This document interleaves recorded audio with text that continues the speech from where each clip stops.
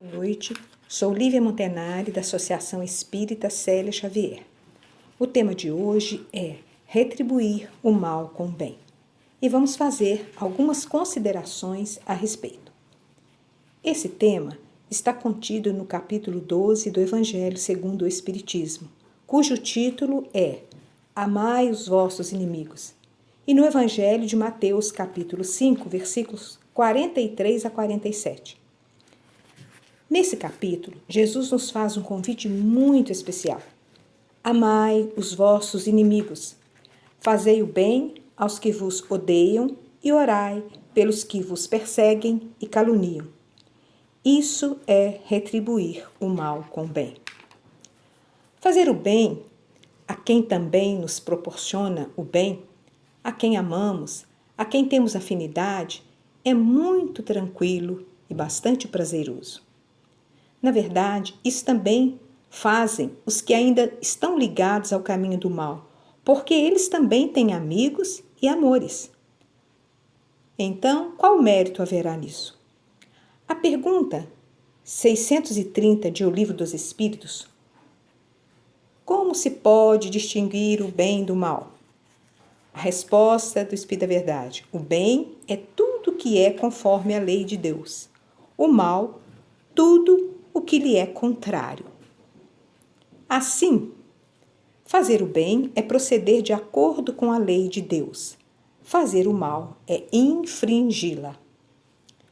Tendo conhecimento do que é o bem e o mal, e avaliando o convite especial que Jesus nos faz, percebemos que será necessário esforço, coragem, determinação e persistência para que consigamos retribuir o mal com o bem.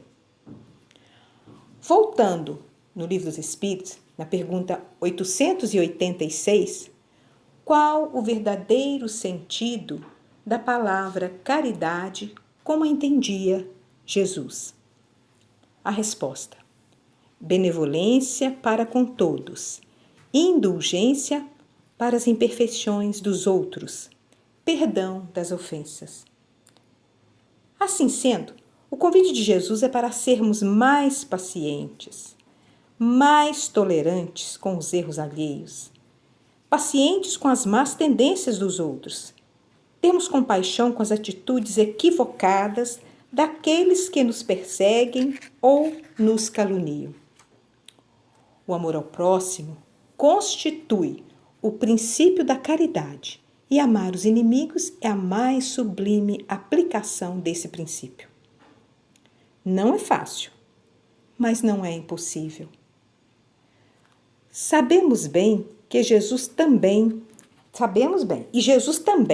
que a ternura que se tem por um irmão, por um amigo, por um amor querido, pressupõe confiança. E confiança em uma pessoa que não nos quer bem ou uma pessoa que nos deseja o mal é bastante complicado. Mas tem tanta coisa complicada e aparentemente bem difícil de resolvermos, em nossas vidas, nos acontecimentos de nossas vidas, e a gente deu conta disso. Então vamos lembrar aqui, quando a gente é criança, bebê ainda, a gente primeiro fica no colinho da mamãe, depois a gente começa a aprender a virar, a sentar, até que chegamos a ficar em pé no bercinho, aí conseguimos engatinhar no chão. Engatinhando várias vezes a gente cai, bate o rostinho, bate a boquinha, depois a gente tenta ficar em pé e dar os primeiros passos. Quantos tombos, quantas sentadas e levantadas, quantas tentativas, e depois então nós conseguimos firmar as perninhas e começamos a andar, e chegamos até a correr, ainda em tenra idade. E vamos lembrar também quando a gente começa a querer aprender a andar de bicicleta. Vocês lembram? Como que a gente ficava, Primeiro com rodinha, hoje nem tem rodinha mais. Depois a gente tirava uma rodinha, tirava outra rodinha. Depois a gente começava a tentar pelas calçadas dos nossos bairros, das nossas cidades, A gente tentava equilibrar nas duas rodas. E como era difícil. várias quedas, vários arranhões, várias cicatrizes pelo nosso corpo, dessa época tão gostosa da nossa infância. Mas daí a pouco, andar de bicicleta fica uma coisa natural. E o que a gente faz? Nunca mais esquece. Pegou uma bicicleta, é só sentar e sair. Então, pensamos que é assim, não é difícil. Exige, como eu falei anteriormente, paciência, perseverança, dedicação, vontade, para que possamos aprender a retribuir o mal com o bem. Jesus, então, quando nos convida, quando nos faz essa especial convocação, ele está nos falando de não guardarmos o ódio, nem rancor, muito menos desejo de vingança. É entender o momento existencial daquela criatura ainda tão ligada ao mal, a sentimentos inferiores. E, de um modo algum, a gente se opor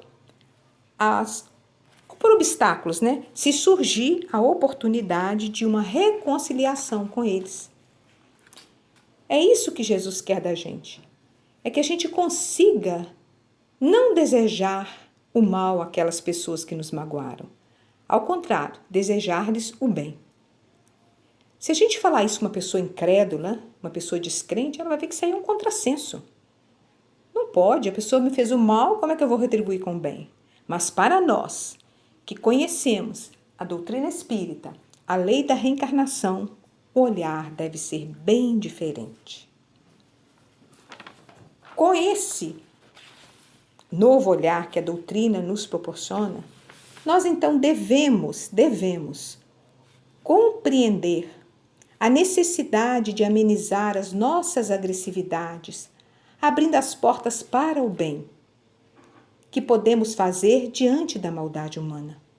Porém, isso não quer dizer que sejamos coniventes com o mal alheio. Pelo contrário, o Mestre, Jesus, em seus ensinamentos, nos pediu para que levássemos a semente do conhecimento para todos aqueles que nos cercam, tanto aos bons quanto aos maus. Se alguém nos fizer algum mal, relevemos e deixamos que o mal passe e vá embora. Não fiquemos o alimentando para que nos corroa por dentro. Apenas deixemos em nosso espírito tudo aquilo que é bom e que é totalmente relevante à nossa atual encarnação. Silenciamos a maldade, né? Deixemos de ficar caladinho, sem aparentar a maldade em nosso espírito. Acalmemos a tempestade que invade o nosso coração. E como dizia o Chico Xavier, levemos a alegria por onde passarmos. E por falar no nosso querido Chico Xavier, que até pouco tempo estava junto de nós, fomos contemporâneos do nosso querido Chico, nós então vamos contar uma pequena história vivenciada por esse companheiro tão amado por todos nós. Isso quando o Chico estava aqui entre nós, há muitos anos atrás, ele tinha um cachorrinho que ele amava muito. Esse cachorro do Chico, ele era deficiente. A gente não sabe se a deficiência já era de nascença ou se ele foi atropelado e ficou dessa maneira. E esse animalzinho, ele o amava muito, mas ele lhe dava muito trabalho. Chico, naquela época, trabalhava muito o dia inteiro e depois à noite ia para as casas espíritas onde ele frequentava para trabalhar mediunicamente até altas horas. Quando Chico chegava em casa, já era muito tarde da noite, porque Chico era aquele trabalhador incansável que nós todos conhecemos. Então Chico chegava em casa já de noite, cansado, mas com alegria no coração, ia cuidar do seu cachorrinho, que era uma grande paixão do nosso Chico. Cuidava do seu cantinho, limpava, arrumava, alimentava. E Chico, naquela época, também ganhava muito pouco, lutava muito com as suas dificuldades financeiras, ainda tinha que ajudar a família.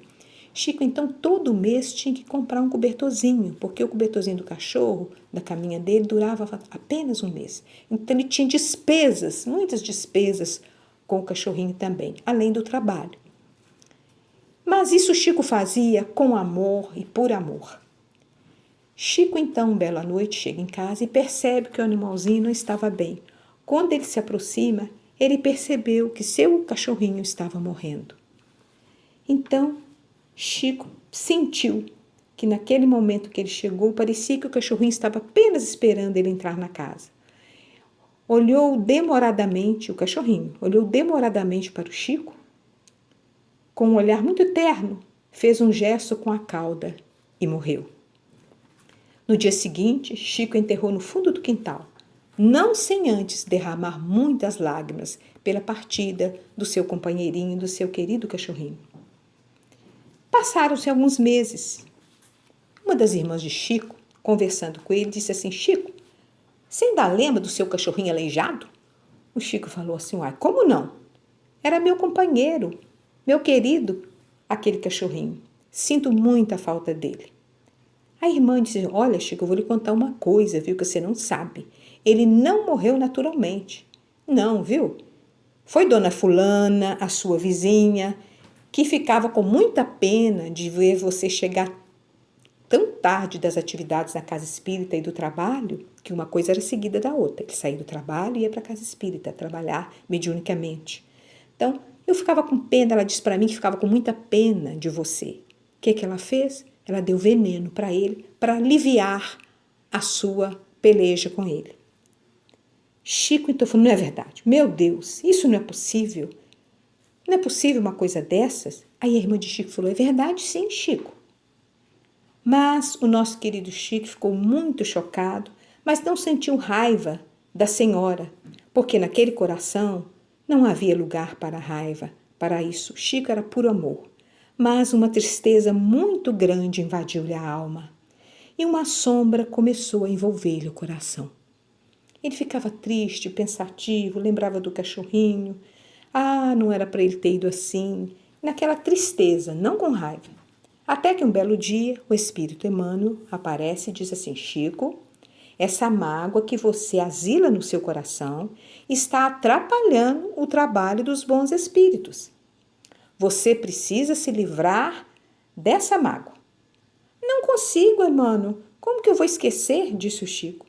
Mas é preciso, reafirmou Emmanuel. Chico então falou: Emmanuel, o que eu vou fazer? Aí Emmanuel disse assim: você precisa dar uma grande alegria para aquela senhora. O Chico falou: não é possível. Como é que eu vou dar alegria para ela? O ofendido fui eu. Ela matou meu cachorrinho. Aí o Emmanuel disse para ele: Chico, a receita não é minha. A receita é de nosso Senhor Jesus Cristo. Fazei o bem aos que vos aborrecem. Está lá no Evangelho, Chico. Leia. Chico, então, muito sem graça, obediente e resignado, começou a procurar, tentando descobrir o que aquela senhora gostaria de ter que ainda não tinha, que poderia deixá-la muito feliz. Descobriu. Ela tinha muita vontade, o sonho dela era ter uma máquina de costura.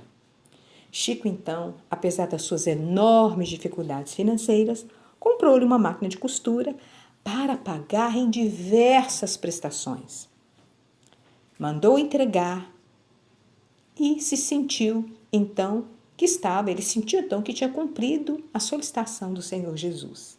Daí uns dias, quando Chico teve um tempinho, que ele era muito ocupado com muitas atividades, ele foi visitar essa senhora. Quando ela vê o Chico chegando na casa, ela sai correndo e dá-lhe um abraço com tanta gratidão, com tanto amor, que uma luz se desprendeu dela e envolveu o nosso Chico da cabeça aos pés. Naquele momento, aquela nuvem escura, aquela sombra que existia no coração do Chico, desapareceu. Quando ela soltou o abraço, tão caloroso e amoroso que ela deu no Chico, a sombra havia totalmente desaparecido. Então, meus irmãos, que essa história sirva de incentivo para o nosso exercício diário de retribuir o mal com o bem. Porque aquela senhora não teve momento algum a intenção de magoar o Chico, mas na realidade magoou. E mesmo assim, o Chico, sabendo que ela tinha lhe proporcionado uma tristeza, uma mágoa, ele não a odiou, não criou vínculo de raiva com ela, só ficou muito triste e isso estava atrapalhando ele no trabalho mediúnico. Então ele seguiu os conselhos que Emmanuel lhe deu, enviados por nosso Senhor Jesus Cristo. Ele retribuiu o mal com o bem. E aquele gesto de amor retirou toda a sombra de tristeza que existia no nosso querido Chico. Para terminar, vamos lembrar também do nosso querido apóstolo Paulo, na Epístola aos Romanos 12:21. Ele diz assim: não te deixes vencer pelo mal, mas vence o mal com o bem. E quero lembrar ainda, deixando como mensagem, um verso de um poeta paraibano, Antônio Costa, que diz assim: pagar o mal com o bem é semear o amor no coração de quem não tem. Que Jesus nos abençoe hoje e sempre.